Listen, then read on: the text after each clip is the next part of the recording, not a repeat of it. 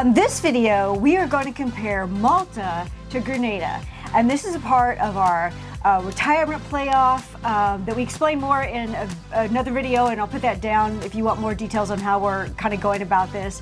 But what we're doing is we're going to compare 20 countries in the hopes to find a retirement country that we can go to that'll be a lower cost of living and 7 basically areas of criteria. So, Malta. A little bit about the country before we go into our criteria. Before we go into the criteria. Malta is south of Sicily, and it is in the Mediterranean. So in the summers, it's going to be very hot and humid. So if you're vacationing there, you definitely want to be aware of that and be ready to wear sunscreen and drink a lot of water. It is a very popular vacation destination for Europe and Europeans because it's pretty affordable and there's a lot to do. It's got a lot of beaches. It's got really interesting cliffs and cliff diving. That's not super high, but safe, but still kind of cool. So it's got a lot to do. It's got a lot of churches. It has had the flag of many countries fly over it. So everybody came in and built their set of churches, and each is more beautiful than the last. It is a very densely populated island, and it's basically a set of islands, but there's really only 3 that are inhabited. But it's got a lot of people per square capita, and the cities can be very, very busy, especially in high season, but less so if you get out of the main city area. As far as Grenada is concerned, well, it is the Spice Island. It's a Caribbean island in the West Indies. If you've cruised, you've probably gone there. And if you've cruised, especially if you've done a Southern Caribbean cruise, you've most likely, it has been one of your stops. So you've at least got to spend a few hours there. But it's the Spice Island, and it's the second top producer of nutmeg, among other spices. And it is a less populated island, and it's another cluster of islands of which it has 3 main ones that have population, but it's not quite as restricted on living on some of the smaller islands. But it's very low key. It is not very populated. It also has beautiful beaches. It's very British. It has a very British feel. They drive on the left. It is a little bit cheaper as far as Caribbean islands are concerned, but all the Caribbean islands import so many things, they're going to run a little expensive. So in order to come out with a win, it's going to need to have some other things going for it in this competition. Okay, so the first criteria that we're going to start off with here is the medical services. Malta comes in strong with this because they're in the European Union, and they've got a good, strong healthcare system. It's going to be easy for Charlene to get insurance. It's going to be easy for me to get insurance, but not for all of my pre-existing conditions, so that's going to be a bit of a challenge. It's got affordable healthcare as well, and all our medications seem to be available there. So coming in strong. Yeah, coming in pretty strong. The total score for that came in at an 8.25, so really high up there. That 10, remember, is our top, and I don't think anybody's going to get 10. Yes, 10 is unattainable. So, but that's the top one. You can only get close to that. So Grenada's got a little bit of a hill to go. 8.25. Remember, that's where we're coming from. Now, Grenada comes in with pre-existing conditions is exactly the same. It's I'm going to have the same problems there that I would in in Malta. The affordable insurance for Charlene and the medications available are where Grenada kind of drops off a little bit. It's a little bit, possibly. Challenging, a little bit more challenging. Yeah, the insurance have a few more hoops to jump through. They're maybe not quite as comprehensive. It's also not as good a medical system in general. It's good for the Caribbean, but it's not European Union. However, it does have a medical school and a vet school on that island, so that helps a little bit. So for Caribbean, it's way up there. Yeah. So they rated pretty well, but not at the top, not quite as high as Malta did. And then the hospitals are on par with where we live right now. It drops a little bit. It's got a medical school. It's got all that kind of stuff. It is an island of necessity. You're not going to have as many choices with hospitals. You're not going to have quite the same quality. And specialists and things like that. So overall, they come in at a 7.25. It's commendable. It's doing pretty well. But Malta takes that round. Yeah, Malta definitely coming in the lead. All right, so section 2. Dependable infrastructure. These are both island nations. They're in the island grouping, and infrastructure is always going to be a challenge for any island. Yep. No different for either one of these. Even though Malta is in the European Union, roads tend to be a little bit, there are few roads, and traffic can be really, really congested. There's a lot of people with cars, and they're like, bring your patience and give yourself a lot of extra time if you've got to be somewhere in a timely manner. So yeah, really challenged with traffic. Right, and then right now their power grid has been under a lot of stress. It's been getting warmer and warmer there, and that's what some of the things that I read were saying is that maybe what's behind it. But they've been having rolling blackouts and that kind of thing in the country, so that got them marked down a little bit. And it's a really popular place to use. Vacation. Yeah, to use or to go, spend some time in for retirement or expat time. So it's starting to take more power because there's more people that are on there for more. Right. So that's a bit of a challenge that they've got, and I think they're trying to address it, but they haven't really. As I said, I've been reading about the blackouts, that sort of thing happening. If you know something else about that, or if I'm wrong, make sure to let me know. Transportation. It gets pretty high marks. It's got a good airport, and it's got ferries that can take you in and out. It's close to Italy, so you got a good way to get to Europe from there, and to get it from there any place that you want to go. Yeah, definitely strong on that one.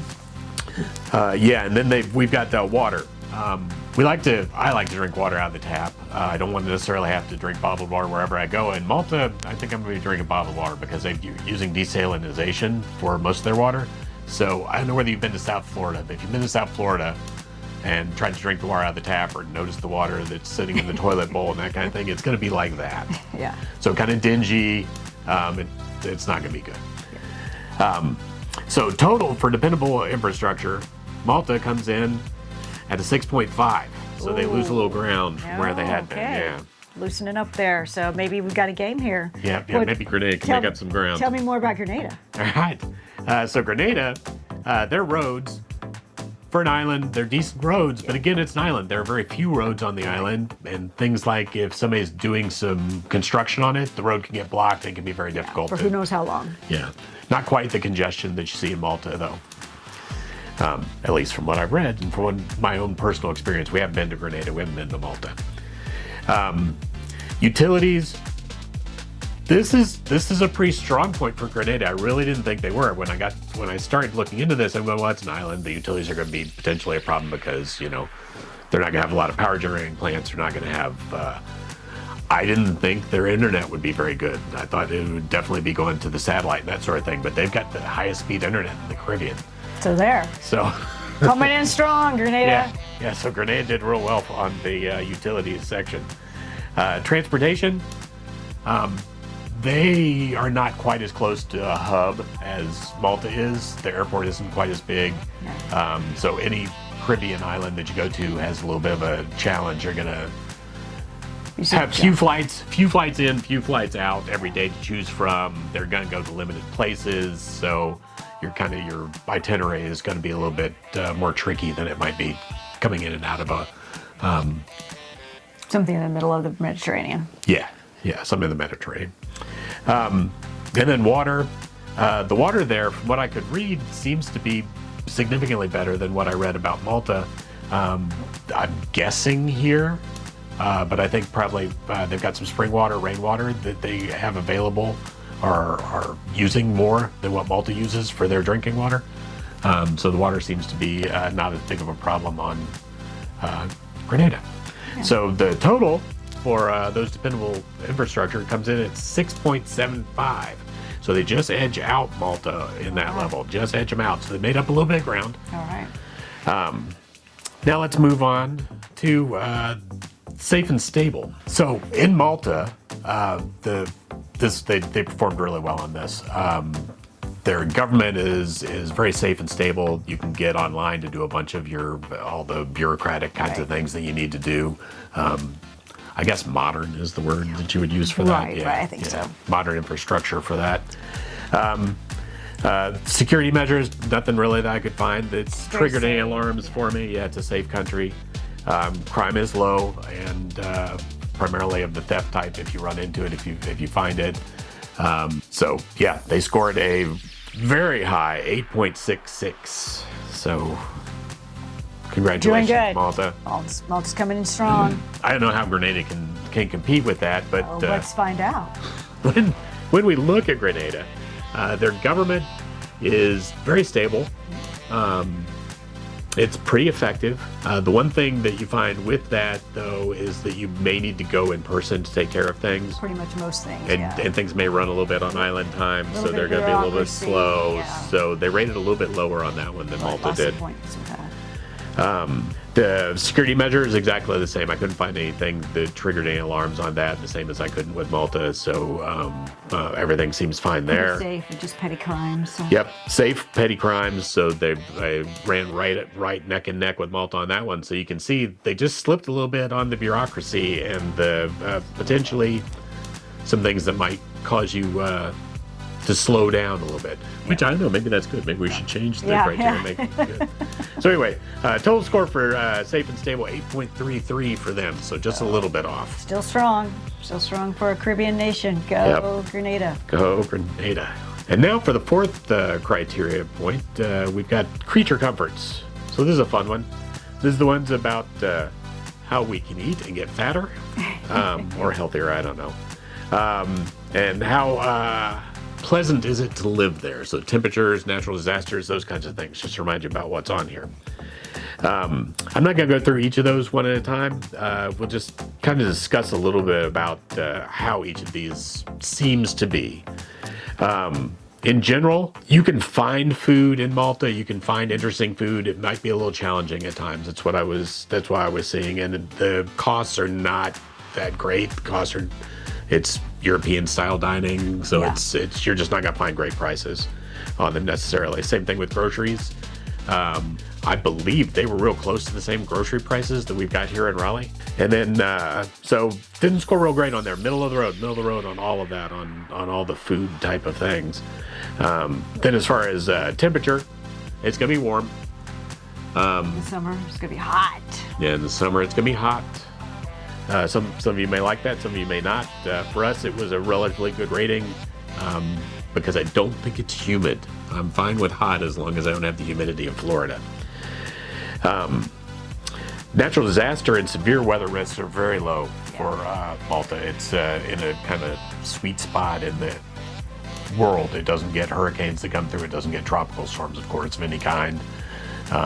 You don't get earthquakes. 300 days of sunshine, which part of the water problem, I guess.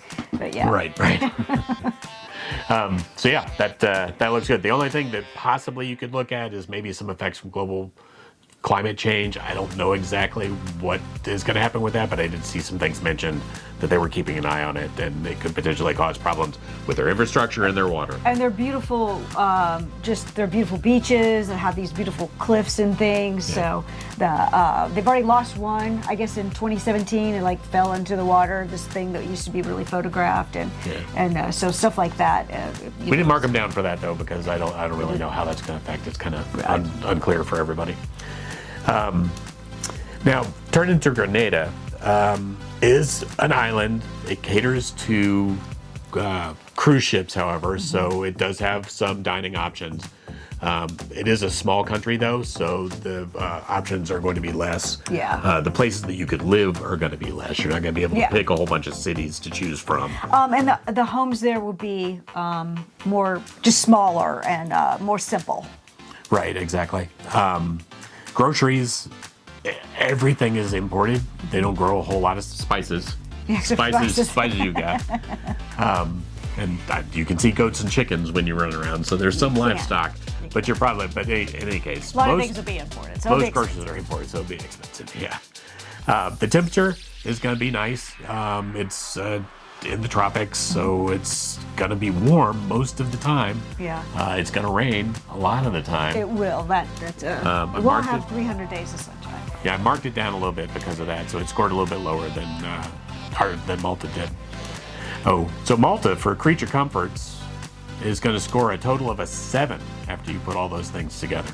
All right. Grenada for creature comforts comes in at a decent 6.71, but Malta's starting to build that lead up. Starting to pull ahead. The European nation is coming in strong, I guess. Yeah. Grenada, I'm rooting for you. I'm hoping you can come back a little bit. All right, let's look at some social factors.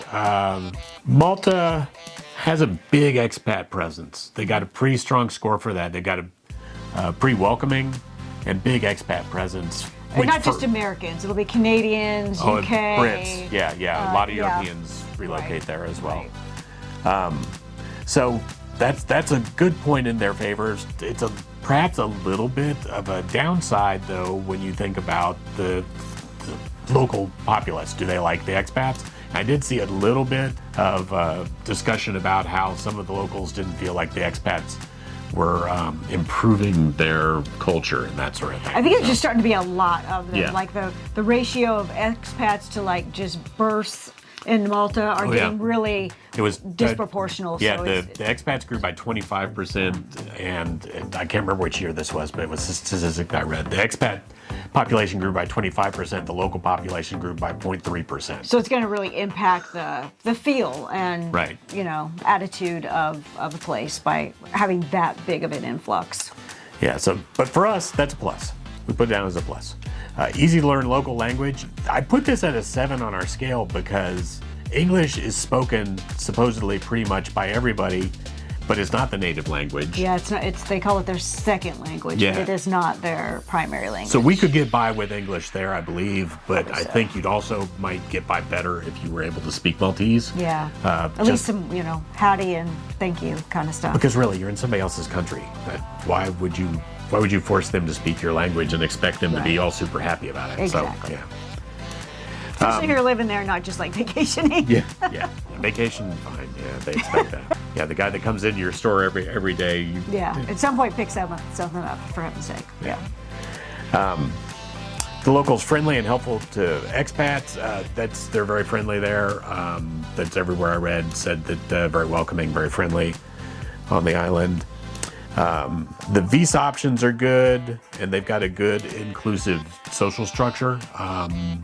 It's kind of got a European view on things. So those all rated very well for them. The total for the social factors for Malta is 7.83. That's strong. Yeah, that's pretty high up there. Remember, we're going to 10. These are the play-in groups too, so these kind of came to us a little late, and perhaps not.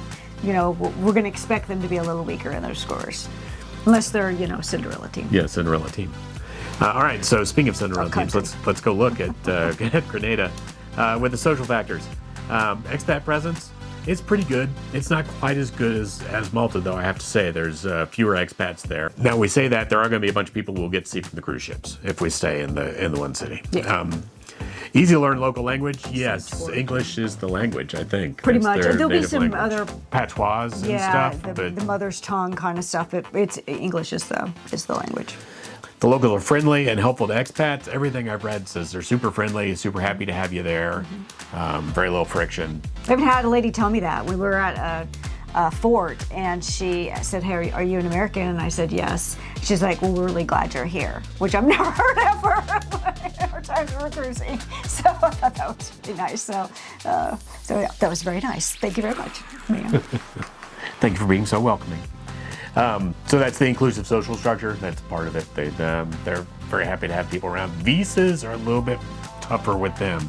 Most of the places we're looking at have something that's called a pensionado visa. Yeah, pensioner or something or another, yeah. Where I'll be able, pensioner visa, usually a retirement visa, basically. If you're going to retire there, they allow you to have a certain amount of guaranteed income, and that allows you to then get your residence card, which for us is super pertinent because I will be able to start collecting next year. So should be able to meet most of countries' minimum requirement residency, but not in Grenada. Grenada, we're going to have to do a few other things. We'll have to either purchase something or get a work permit, those kinds of things. So they got knocked down a little bit for that. For that. But anyway, even with all that, the social factors come in at a really strong 7.83 for Grenada. Well done. Okay, now pet factors. Pet factors are really the gold standard for us, I think. If it came down to it and everything, if we had a tie, we'd have to look back and say, okay, which one has the best pet factors for us? Right. because of these little fur factories that are kind of a pain in the ass. But that we spend our money on. yeah, they're going to need to come. So I'm not going to go into each different piece of this. I'm just going to say the pet factors in Malta came in decent, but not great at a 6.5. Going to cost a little bit more to get the dogs over there was a big piece of that. Pet factors for Grenada, again, not going into great detail here. Although, as Charlene said, they do have a vet school there, so they get a little rank up for that. Relatively easy to live in it, find a place to live with pets as well there. They come in at a strong 7.25, so it did make up a little ground. All right. All right, so now we come to the Final score. the final piece, All and right. see whether we can see whether Grenada can make up all the ground they need to make up on this All right. What's Malta got? Let's see what they. one. This is the cost of living we saw that. section. All right. Yep. Here we go with cost of living. Also very important. Malta, eating out and budget at a budget location, almost as expensive as it is to eat here in Raleigh. Based on the. Same thing eating out at a fancy location. I think it was 98% of what it would be to do it in Raleigh. So we're not really saving any money from from things we like to do. Well, that was just something that's important to. Things that we like to go out and do of an evening for entertainment. So you pay a heavy price for not Yeah. letting us go out to eat. The housing expense for a rental, and all of our housing expenses are around rentals because we're not planning on buying anything. We would like to eventually, perhaps, go to a place, stay for a year or two, maybe less, depending on how things work. Right. But then move someplace else, kind of move from place to place. Right, more of a slow travel, but our first move with 4 dogs is going to need extraordinarily slow travel. Yeah. So anyway, the housing rental expenses for Malta didn't rate very high either. It was relatively expensive in comparison to where we are now. Still less, and still kept them in. If there was no other place to relocate to, it would still be less expensive to live there than it is to live here, but not that much. Utilities, same thing. Utilities were a little bit more reasonable than the rent, but still relatively close to what we pay here. And the vehicle operating expense was actually a little more expensive because gas is more expensive there. So they came in kind of a weak cost of living at a 4.2 for Malta. Not good, Malta. So looking good for Grenada to make up a little ground here. We'll see. But it's an island too, so well. That's true. This whole island region is at a disadvantage when it comes to cost of living. It is. And so the cost of living there, the eating out at a budget location is very good in Grenada. You find a lot of cheap eats. Like rice and beans, a protein, a salad. You can get that really, really cheaply, and there's not really an equivalent. As long as you like those simple meals, you can eat pretty cheaply out. Yeah. They're also really nice places to eat too. But yeah, they had a lot more cheap eats, I think, available. The really nice places to eat, though, unfortunately, are every bit as expensive as they are here. Right. So that's not so good. So yeah, if you're eating at a fancy place or a more gourmet type restaurant, you're going to be paying American prices for it. So that's going to be a treat rather than an everyday thing. Right. For most retirees. Housing expenses for rental, oddly enough, it's not that much cheaper. It's on par with what Malta was. So they got the exact same score for that criteria as Malta. And utilities also somewhat expensive. It's still cheaper than here. I'm not saying that they're expensive, but on our scale of things, they're a 7 out of 10. So not perfect. And then vehicle operating expense, it also has pretty high gas on Grenada. So they got a lower score on that. However, they did eke out Malta and scored a 5 for the cost of living. Okay. Squeaker. So if you've been keeping score, all right, so if you were keeping score, you saw that Malta came out hot and really got out to a strong lead and then started to have it whittled away. Just a little bit. Those last really 2 sections gave Grenada a pretty strong finish. Gave him an opportunity to come back. Malta came up at a pretty strong 7.56 on our scale. 7.56 for the very first country to be rated. I feel like that's a strong contender for someplace you might want to live. Yeah. Until you face Grenada, who comes in strong on the cost of living and the pets, which we already said was real important. They came up with a nice 7.57 and eke out a squeaker of a win. Oh, the dark horse. The dark horse. Congratulations. Grenada, you are in the official island bracket.